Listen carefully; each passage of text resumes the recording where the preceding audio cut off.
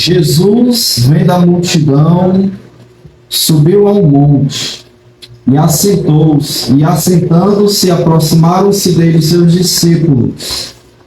E abrindo a boca, os ensinava, dizendo: Bem-aventurados os pobres de espírito, porque deles é o reino dos céus. Bem-aventurados que choram, porque eles serão consolados. Só até aí. Amém? Aqui, meus irmãos, é o maravilhoso Sermão do Monte. Sermão mais pregado pelo mundo inteiro. Sermão que primeiramente foi pregado pelo maior dos pregadores, que é o nosso Senhor Jesus Cristo.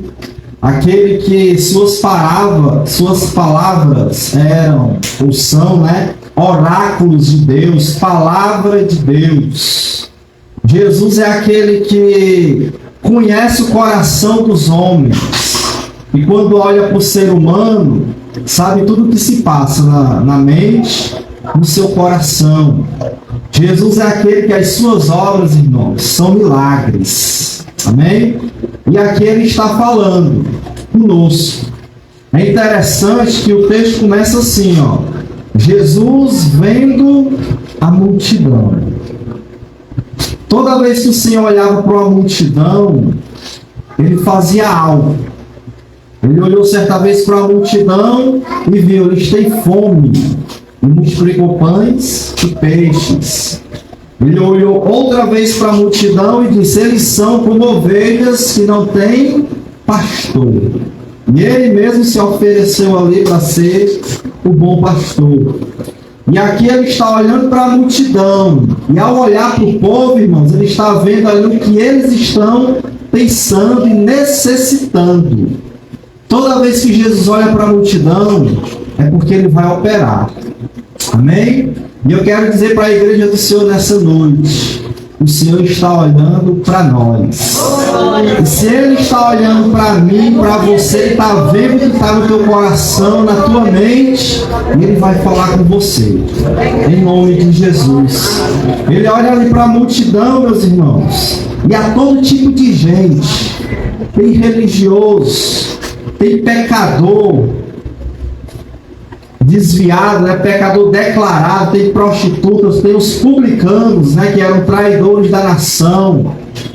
Tem aqui pessoas, irmãos, que tinham ódio no coração pelo governo romano na época. Tinha lá os romanos, soldados romanos especialmente, que esmagavam nesse tempo aqui Israel debaixo dos seus pés, porque Israel era um vassalo de Roma. Certo? Israel ele pagava tributo a Roma. E os soldados, os publicanos, que eram israelitas, funcionários públicos de Roma, e o próprio rei e as autoridades enriqueciam às custas do povo. E ele está olhando essa gente toda. E é interessante, irmãos, que ali tem vários grupos de pessoas, de todo jeito, de todo tipo, que gostavam de Jesus, que não gostavam, eram curiosos, tinham vários grupos. Mas quando ele se assenta e começa a abrir a boca, irmãos, para ensinar, no verso 1 ele diz: e assentando-se, aproximaram-se dele, são grupos, que foram os seus discípulos. Tantos grupos, tantas pessoas, tantos religiosos. Mas quem se aproximou do Senhor, irmãos? O texto é claro: os discípulos, os verdadeiros discípulos. Porque quando o mestre se assenta, Jesus era o mestre, é um convite às pessoas para aprender. Quando o texto diz e assentando-se, o texto está colocando aqui, irmãos, esse momento como algo sublime, como um professor, um mestre da palavra de Deus, da lei, se assentando ali, convidando aquele que quiser aprender. E quem se aproxima? Os discípulos. Aí minha pergunta para você que está aqui nessa noite é essa: qual é o grupo que você pertence? E tinha muitas pessoas aqui, de muitos grupos. Pecadores declarados, tinha os religiosos, tinha os que odiavam o governo, tinha aqueles que eram do governo lá, que massacravam o povo, e tinha os discípulos. A qual grupo você pertence? Dos discípulos? Se você é um discípulo de Jesus, então pare nesse momento, não converse, não se distraia. Pare para quê? Para ouvir o mestre. Porque ao se sentar, ele se aproxima. No verso 2, a continuidade é dizendo assim: abrindo a boca, os ensinava, dizendo. Agora o mestre vai ensinar aqueles que querem ouvir. Não só aqueles que são curiosos, quer ver Jesus fazer um milagre, quer ver Jesus, ver se ele transforma pão em peixe, multiplica, né, pão e peixe. Não, aqueles que querem aprender, aqueles que querem ter comunhão, aqueles que querem se sentar aos pés dele, adorá-lo, amá-lo, ter comunhão ali com o seu Salvador. Esses são os discípulos de Jesus, e que cada um de nós nessa noite possa fazer parte desse grupo. O nosso mestre, ao olhar os corações, irmãos, ele vê tudo. Certo? Ele é aquele pregador que conhece seus ouvintes, sabe o que falar, né? Sabe o que pregar. A gente que prega hoje, se Deus não mostrar o que o povo precisa, meu irmão, não é meio que nada, é palavra vazia. Mas ele não, ele é o grande pregador que conhece os homens, que conhece os nossos corações. E é interessante que ele começa aqui a ensinar, irmãos, a respeito da felicidade. No verso 3 ele diz: bem-aventurado os pobres. Mas olha essa palavrinha bem-aventurado. Significa feliz. Muito feliz. Feliz na saúde. Feliz financeiramente. Feliz espiritualmente. Feliz em seus relacionamentos. Esse é o bem-aventurado. E é interessante que ele começa a falar, irmãos, de felicidade. E quem de nós aqui, ou do ser humano de forma geral, irmãos, não quer ser feliz? Não é? Felicidade, irmãos, é algo de Deus. Deus nos chamou, chama o ser humano para ser feliz, alegre, satisfeito. Se não fosse, Jesus não estava pregando aqui o segredo da felicidade. Se ele diz felizes são aqueles, ele está ensinando como ser feliz. Então essa história de viver triste, na doença, na pobreza, na tristeza, angustiado, o crente tem que ser assim, negativo. Todos nós temos lutas, mas viver desse jeito, meu irmão, não me aguenta não, né? Muitas são as aflições do justo, diz o Salmo, mas tem um mais aí: o Senhor livra de todas, não é algumas não, são todas, tá certo? Então o Senhor aqui, irmão, está dizendo aos seus discípulos, para aquele que não quer ouvir: eu quero que você seja feliz. O que é que nessa noite nos faz chorar, traz dor? É uma enfermidade, é a situação financeira, uma traição do cônjuge, é a doença de um filho, é a tribulação de um filho ou de alguém da família, é uma perturbação de um vizinho que te deixa infeliz. Pois o Senhor, ele quer tratar dessas coisas. Ele olha para a multidão, irmãos, ele vê a necessidade de cada um de nós. E a palavra dele é: eu quero que vocês sejam felizes. Mas a grande pergunta é: onde é que está essa felicidade? Porque todo ser humano quer ser feliz. Onde está essa felicidade? Está no sexo? Está no dinheiro? Prazeres que a vida oferece, aventuras? Está nas bebidas? Está na fama? Tem muitos seguidores na rede social? Aonde, irmãos, está essa felicidade? Os homens buscam prazer e felicidade. O problema, irmãos, é que eles estão buscando, a maioria está buscando da forma errada, e o prazer errado. O prazer e a felicidade que Jesus oferece aqui, irmãos, é muito maior do que essas coisas aqui que eu citei, do que esses vícios. Esse prazer está em Deus, está na comunhão com Deus, está em você não só se satisfazer com casamento feliz, com dinheiro, com bens materiais, não. Mas é você se satisfazer com Deus, em primeiro lugar, e depois com as suas bênçãos que Ele dá. Aí está a verdadeira felicidade em Deus e não somente em suas bênçãos, irmãos. É isso que Jesus vem falar aqui para o seu povo, para os seus discípulos. Então, note que verdadeira felicidade, irmãos, vai ser um paradoxo para o mundo. É algo, do jeito que Jesus coloca aqui, irmãos, é algo que para o mundo é loucura. Mas para quem conhece a Deus, sabe que isso aqui é verdadeiramente ser feliz. Olha como é que Jesus explica aqui o que é ser feliz. Ele diz: bem-aventurado 3. São os pobres de espírito, porque deles é o reino dos céus. No 4 ele diz: bem-aventurados que choram, porque serão consolados. 5 ele diz: bem-aventurados os mansos, porque eles herdarão a terra. No 6, bem-aventurados que têm fome e sede de justiça, porque serão fartos. Preste atenção, como é que um homem feliz é um homem pobre? Que pobreza é essa que ele está falando, né? Como é que uma pessoa feliz é aquela que chora? Gabrielzinho chegou aqui reclamando porque toda vez que ele ia para a casa do pai dele lá, ele chorava com saudade, né, dos avós, né? Ou seja, como é que eu chorando sou feliz? Para o mundo, irmãos, isso é loucura. Mas vamos entender aqui o que o Senhor Jesus ele quer dizer.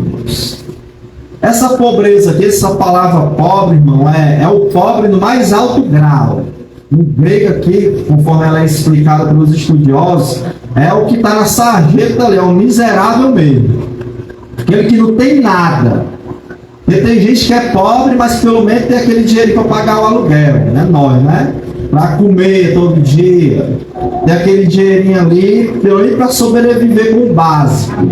Mas tem gente que é pobre, pobre mesmo, marredecido, como diz a música, né? Eu sou pobre, pobre, pobre, né? Pois é. Tem gente que é assim, é esse tipo de gente aí que Jesus está falando, que é muito pobre. Mas ele diz que é uma pobreza, irmãos, espiritual. Então o que é ser pobre espiritual? É ser uma pessoa humilde espiritualmente? Não, vai muito mais além. Ser pobre espiritual, irmãos, é você reconhecer que é um pecador. É você reconhecer a sua natureza, eu sou mau. Se alguém aqui viesse reclamar de você alguma coisa, se você fosse realmente sincero para essa pessoa, né, ela dissesse: naquele dia eu não gostei do que você fez, você errou. Aí você fosse sincero, você diria assim: pois eu sou muito mais pior do que aquilo ali, né? Ou seja, a gente erra, as pessoas veem nossos erros, mas por dentro, irmãos, as intenções do coração, os pensamentos muitas vezes são muito mais piores, terríveis, certo? E quando a gente reconhece a nossa pobreza espiritual, que não é o dinheiro que eu tenho que me torna rico diante de Deus, que não é as boas obras que eu faço que me torna rico diante de Deus, mas que eu sou pobre, sou um pecador, e se Deus não me ajudar, eu vou pecar e vou para o inferno, vou ser condenado. Se a gente não reconhecer, irmãos, esse lado aí, nós seremos as pessoas mais infelizes do mundo, e não faremos parte dessa felicidade aqui que Jesus fala. Aqueles que entenderam na história, irmãos, que esse pobre aqui era algo financeiro, irmãos, é raro. Dentre eles eu posso citar São Francisco de Assis, que fez votos de pobreza. Ele interpretou isso aqui como ser pobre literalmente. Você não tem nada de bens, de dinheiro, nada. Fez fazer voto de pobreza. Esses aí, ele acreditava que eram os que vão herdar, são os que vão herdar o reino de Deus. Não é, irmãos. Tem muito pobre aí que vai para o inferno. Pecador, miserável, pobre, tem nada, ainda vai ser condenado. Porque ele não está falando disso aqui. Ele está falando da nossa condição espiritual diante de Deus. Às vezes a gente olha para uma pessoa no meio da rua, que faz o que é ruim, que está no vício, na bebida, e a gente se acha melhor do que ela. A gente pode ser melhor do que ela diante dos homens. na justiça diante das pessoas, né, a gente pode ser justo, porque elas podem ter cometido grandes erros na vida delas e por isso estão daquele jeito, né? Pode isso acontecer. Mas diante de Deus, irmãos, todos nós somos pecadores, não há um justo sequer. Quando a Bíblia fala que Noé era justo em suas gerações, Deus está comparando Noé aos outros homens. Mas quando somos comparados a Deus, é o que diz lá em Romanos, não há um justo, citando Salmos, nenhum sequer. Todos pecaram e estão destituídos da glória de Deus. Você quer ser feliz? Vamos compreender o nosso estado espiritual. Não é o que você tem financeiramente, não é a sua família que está ali de bem, graças a Deus, não. Mas é o nosso estado espiritual, irmãos, que nos coloca como pobres diante de Deus. E aí, meu irmão, quando eu sei disso, eu compreendo isso, aí eu estou pronto para receber o Salvador dos pobres espiritualmente. Quem é que Jesus vai salvar, irmãos? Aqueles que são pobres de espírito, aqueles que olham para si, tem tudo, tem dinheiro, tem tudo de bom na vida, mas quando olha para dentro de si, vê aquilo que Jesus vê, que como somos maus, preguiçosos, muitas vezes fazemos o que é errado, desanimamos, agredimos pessoas da nossa família de fora e às vezes não agredimos, mas no coração a gente queria fazer aquilo ali que era errado, que é pecado. Esses aí, irmãos, são os pobres que Jesus está declarando aqui, ó. Esses vão herdar o reino de Deus. É interessante, irmãos, que no meio do povo lá tinha os religiosos que achavam que iriam entrar no reino dos céus. E tinha também as prostitutas, tinha os publicanos, que se achavam o pior dos pecadores, e eram. A grande diferença entre os religiosos e esses grupos aqui de publicanos e prostitutas, irmãos, é que a prostituta, o publicano, que era o traidor da nação, já sabia que era mesmo, já tinha assumido seu pecado. É como aquele que assume seu pecado dentro das pessoas. Eu sou assim, faço isso nessa prática, pronto. É como o ladrão que diz, esse aqui é o meu negócio, né? Roubar, meu ganha-pão, é roubar. Pronto, ele já está declarando que é. Mas tem aquele grupo que Jesus chamou de hipócritas, que estão até nas igrejas, que também são aqui dentro, mas que não reconhecem. Aí para esse grupo, irmãos, o Senhor Jesus, ele declarou que os publicanos e prostitutas estavam entrando no reino dos céus, enquanto eles ficavam de fora. Certo? Então, assim, na igreja, irmãos, sermos religiosos é algo muito sério e perigoso. Se vestir de uma capa de religião e achar que isso aí está agradando a Deus. Deus quer, irmãos, a nossa atitude ao interior, no nosso coração. Amém? Deus quer ver aqui, no coração. E é interessante, irmãos, que essa felicidade é para hoje. Ele diz assim no 3, bem-aventurados os pobres de espírito, porque deles é o reino dos céus. Repara que o verbo ser, ele diz assim, deles é o reino dos céus, está no presente. Ele não diz, porque deles será no futuro, né? O reino dos céus, não. Essa felicidade é para agora. Amém? Então escute, é você que está sofrendo. Jesus quer que você seja feliz hoje. É nessa vida. E no céu, irmãos, é a felicidade plena e completa. Então, o desejo do coração do Senhor, irmãos, quando vê as nossas dores, é nos tornar pessoas alegres e felizes ainda hoje. Então, enquanto a gente vai deixando o Senhor trabalhar no nosso coração, irmãos, na nossa vida, isso vai ser transformado. E não se preocupe não. Já essa alegria virá. Ela começa, irmãos, com o fruto do Espírito chamado alegria. E aí, meu irmão, depende da circunstância que você está. Está tudo bem ou tudo mal. O fruto do Espírito é alegria. É paz com Deus, com o próximo. No meio da guerra, alegria. De luto, levando a pessoa, o ente querido, né? para enterrar, para sepultar. Qual é o sentimento que um crente pode ter? É gratidão e alegria por aquela pessoa que o Senhor recolheu. Amém? Isso é fruto do Espírito e é para hoje. Irmãos, a segunda coisa que eu queria falar nessa noite, irmãos, é que a verdadeira felicidade, ela não está simplesmente, irmão, no ser. Aliás, ela não está no ter alguma coisa, mas sim no ser pobre espiritualmente.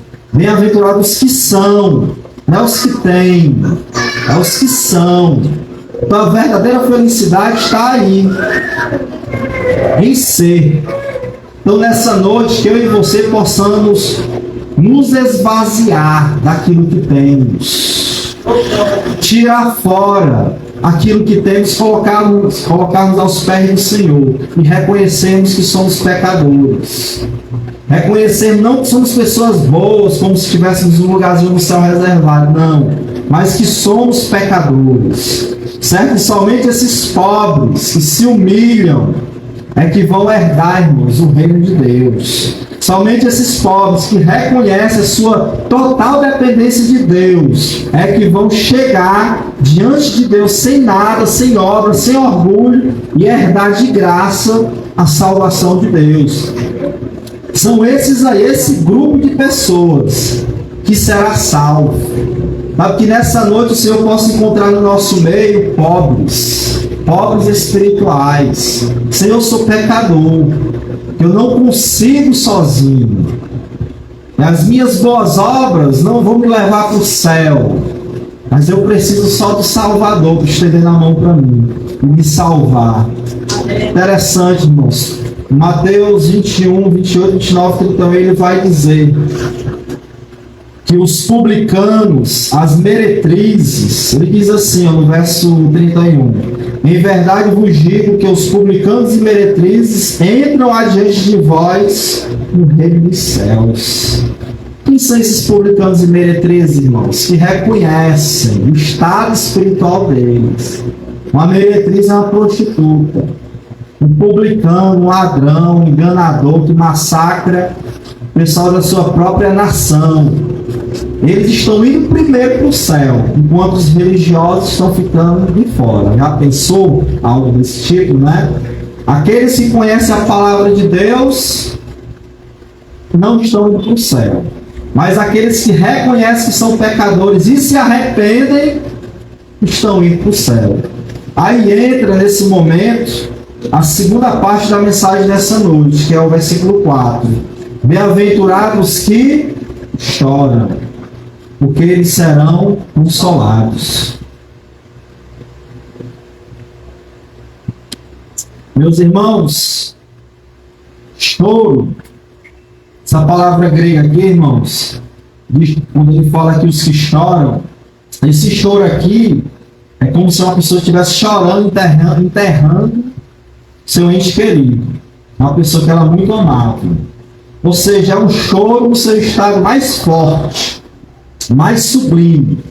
Jesus está dizendo, essa pessoa que chora dessa forma, ela é feliz, ela será feliz, será bem-aventurada. Mas não é simplesmente chorar por um ente querido que está sendo sepultado. Não é simplesmente chorar porque foi pego ali em um erro, em um pecado, em um crime, e agora sabe que vai sofrer as consequências. É muito mais que isso, irmãos. Esse choro aqui não é um choro carnal. A Bíblia conta a história do filho de Davi, Aminon, que desejou a própria irmã e chorava de amor por ela. Um amor doentio. E nesse choro de amores carnais, pela sua própria irmã, ele abusou da própria irmã e depois ficou com o noivo dela lá. E depois foi assassinado por causa disso aí. Então não é esse tipo de choro que a Bíblia está falando. Choro que às vezes há um divórcio, ou a mulher não quer mais o homem, e o camarada vai lá, diz que ama e tira a vida da pessoa. Isso é um choro doentio. Não é amor. Isso não é um amor, mas é um amor doentio, patológico, precisa de um tratamento. Então não é esse tipo de choro que a Bíblia ela está falando, irmãos. Eu me lembro também de Acabe, que desejou uma vinha e não podia ter. O rei Acabe, marido de Jezabel, e foi chorar, porque queria as coisas dos outros, cobiçou a vinha alheia. E aí a sua mulher vendo ali, deu um jeitinho, tramou lá uma cilada contra o dono da vinha, levantou falsos testemunhos, o cidadão foi condenado e morto. E para quem foi a vinha? Para Acabe. Ou seja, ele chorou porque queria o que era do próximo. Choro de inveja. Aquele que chora de inveja, irmão, não vai ser bem-aventurado, não. Vai ser infeliz para sempre no inferno. Se entregar a esse sentimento aí. Então esse choro aqui não é o mesmo choro de Faraó, que se arrependeu de ter liberado o povo de Deus. Chorou, ficou com raiva e foi atrás do povo, e ali foi a destruição dele. Não é esse choro que a Bíblia está falando.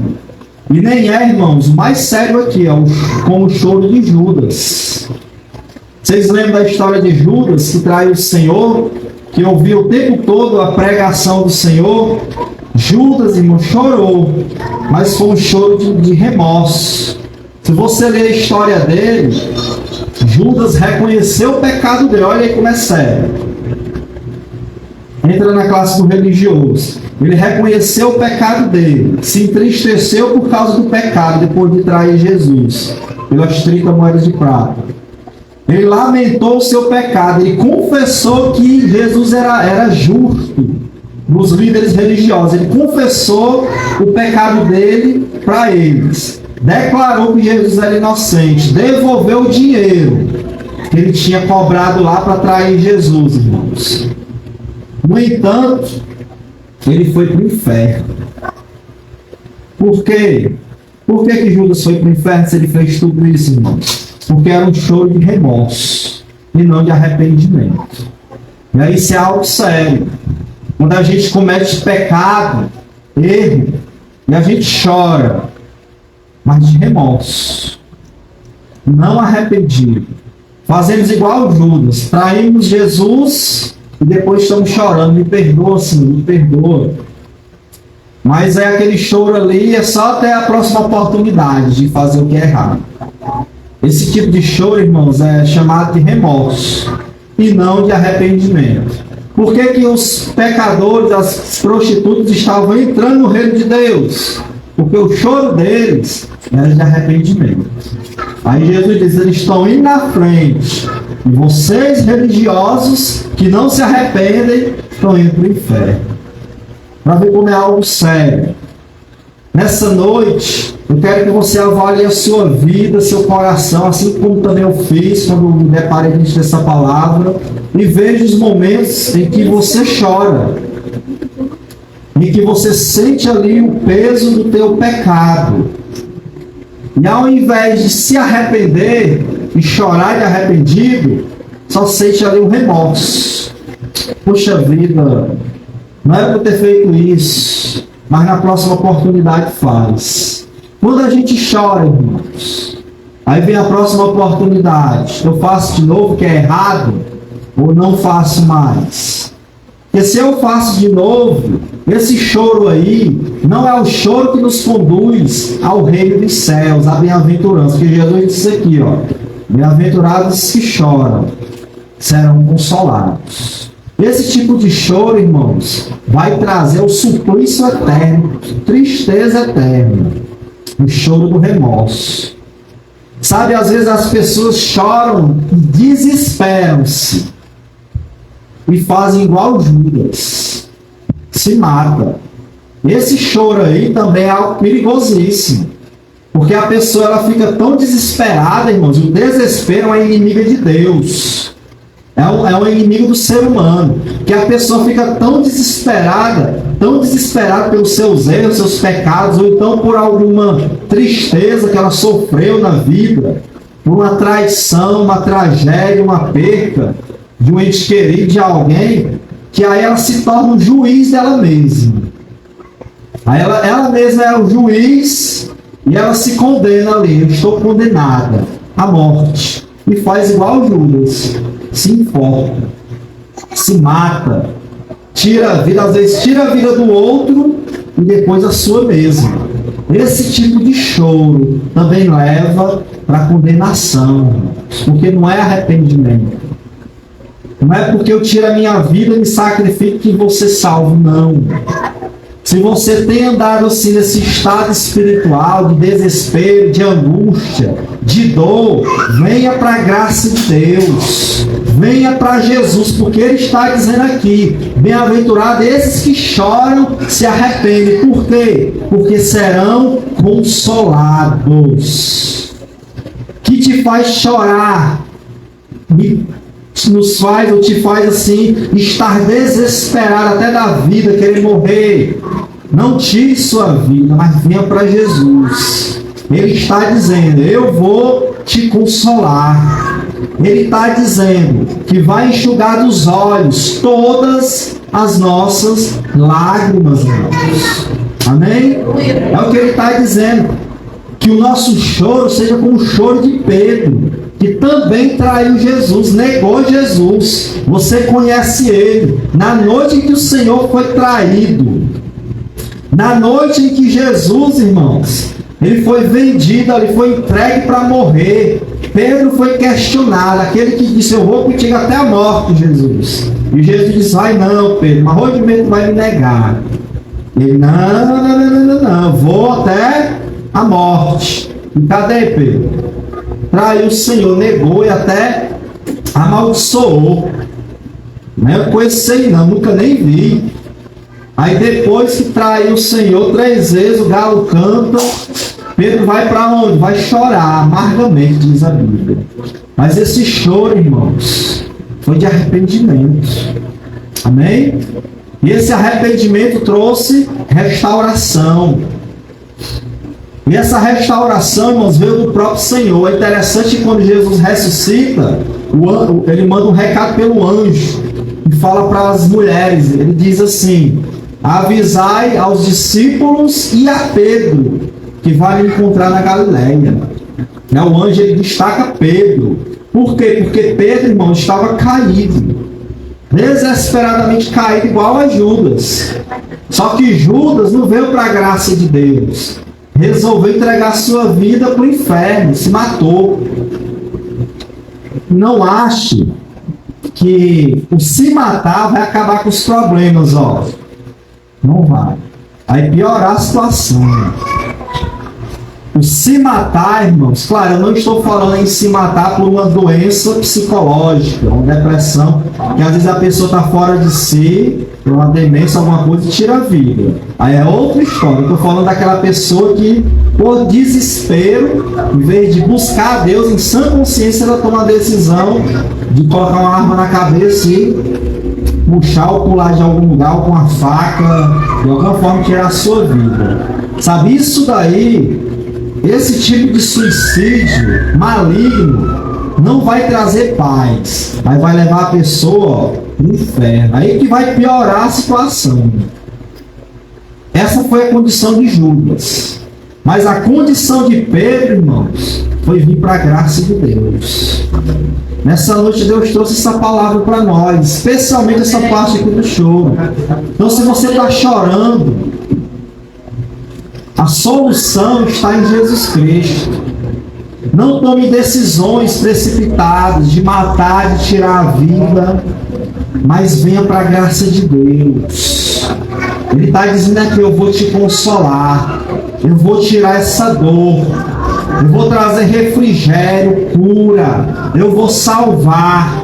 Não importa a dor que seja, Jesus tem poder, irmão, de curar, de libertar, de salvar. Não importa o nosso pecado, o tamanho que foi o pecado, o sangue de Jesus tem poder para purificar e perdoar. Não importa, irmãos. Então, em nome de Jesus, venha para a graça de Deus. Aí você vai descobrir o que é verdadeiramente ser feliz, ser abençoado. Não é só choro e arrependimento por consequência do pecado, mas é aquele choro que sabe que me afasta de Deus, e aí eu venho para Ele.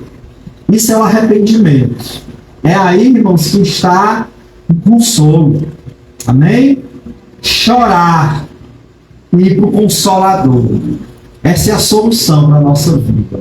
Então, nessa noite, se você pode estar até desesperado, pensando em tirar a vida em casa, que está me ouvindo aqui, não faça isso. O caminho, meu irmão, é Jesus. Amém? O consolo para a sua alma existe. Não é o suicídio, a morte, mas é a vida, através do nosso Senhor Jesus Cristo. Chore hoje, agora, porque existem aqueles que choram aqui e se arrependem e vão para o céu e vão para a salvação. Mas se eu e você não chorarmos aqui, irmãos, tivermos o coração duro, ou chora, mas é um choro de remorso, vai também ter um choro eterno, mas é um choro e ranger de dentes. Aí você não quer esse choro e ranger de dentes, não. Quer na dor, eternamente. Foi o que Jesus pregou. Há um local que lá haverá choro e ranger de dentes, que é o inferno. Então vamos ter uma vida de arrependimento hoje, verdadeiro arrependimento, para que a gente não venha chorar na eternidade longe do Senhor. Vamos chorar hoje perto de Jesus, para que no céu a gente não chore mais. A gente só se alegre, né? Na presença de Deus. Mas aqueles que choram aqui sem se arrepender, mas já vão chorar para sempre. Só tem um detalhe, né? Não vou mais chorar por causa de consequência de pecado, porque perdeu alguma coisa aqui por inveja, não. E quem está lá no inferno chora mais por isso, não, irmãos. Chora lá, mas é porque não pode mais estar perto de Deus, não tem mais jeito de salvação para ela. Esse é o choro delas. Pois é, a preocupação deles é porque não dá mais. Mas enquanto a gente está aqui, meus irmãos, dá certo em nome de Jesus. Amém? A palavra do Senhor diz, Provérbios 29:1: o homem que muitas vezes repreendido endurece a cerviz, ou coração, em outras palavras, será quebrantado de repente, sem que haja cura. Preste atenção, Deus ele sempre nos conduz ao arrependimento. Mas se eu me arrependo, entre aspas, né? Choro, me arrependo e volto a fazer o pecado, e está tudo bem, isso vira até uma prática. Eu estou na igreja, faço errado e choro, sinto aquele remorso, deixo. Mas na próxima oportunidade estou fazendo de novo, vira até uma prática. Cuidado com essa prática, porque não é que Deus não está vendo, não é que Deus está passando a mão na cabeça, não. É que Deus é paciente, esperando que a gente se arrependa. Mas Provérbios 29:1 diz que o homem que muitas vezes é repreendido e endurece o coração será quebrantado de repente, sem que haja cura. Esse quebrantado aqui, meu irmão, não é algo bom, não. Certo? É a condenação do seu pecado, o fruto do pecado vai aparecer. E aí não vai mais ter jeito, não. Vai sofrer as consequências. Podem ir até para o inferno. Certo? Não vai ter jeito. Então, cuidado com esse tipo de prática. Porque a vontade de Deus, irmãos, é a alegria aqui, felicidade aqui e no céu. Jesus ele prometeu transformar a nossa tristeza em alegria. Ele disse, o mundo se alegrará e vós chorareis. Mas depois ele diz que a nossa tristeza será transformada em alegria. E os Salmos, irmãos, vai dizer que aquele que planta chorando vai voltar alegre, feliz, porque colheu seus feixes. Amém? Meus irmãos, estamos passando aqui pela vida. E aí tem muitas coisas que nos fazem chorar. Que fazem a criança chorar de saudade. Que nos fazem chorar muitas tristezas, dores, doenças, pecados, coisas. Existe tudo isso, irmãos. Mas o que a gente deve fazer, ainda que a gente chore, é continuar plantando. Plantando bem, tendo comunhão com Deus, com os irmãos, porque um dia essa colheita chega. Amém? Um dia a colheita vai chegar e a gente vai cantar de alegria. felizes. Então fica com essa palavra no seu coração. Especialmente você que está chorando hoje. Chora e vem a Jesus.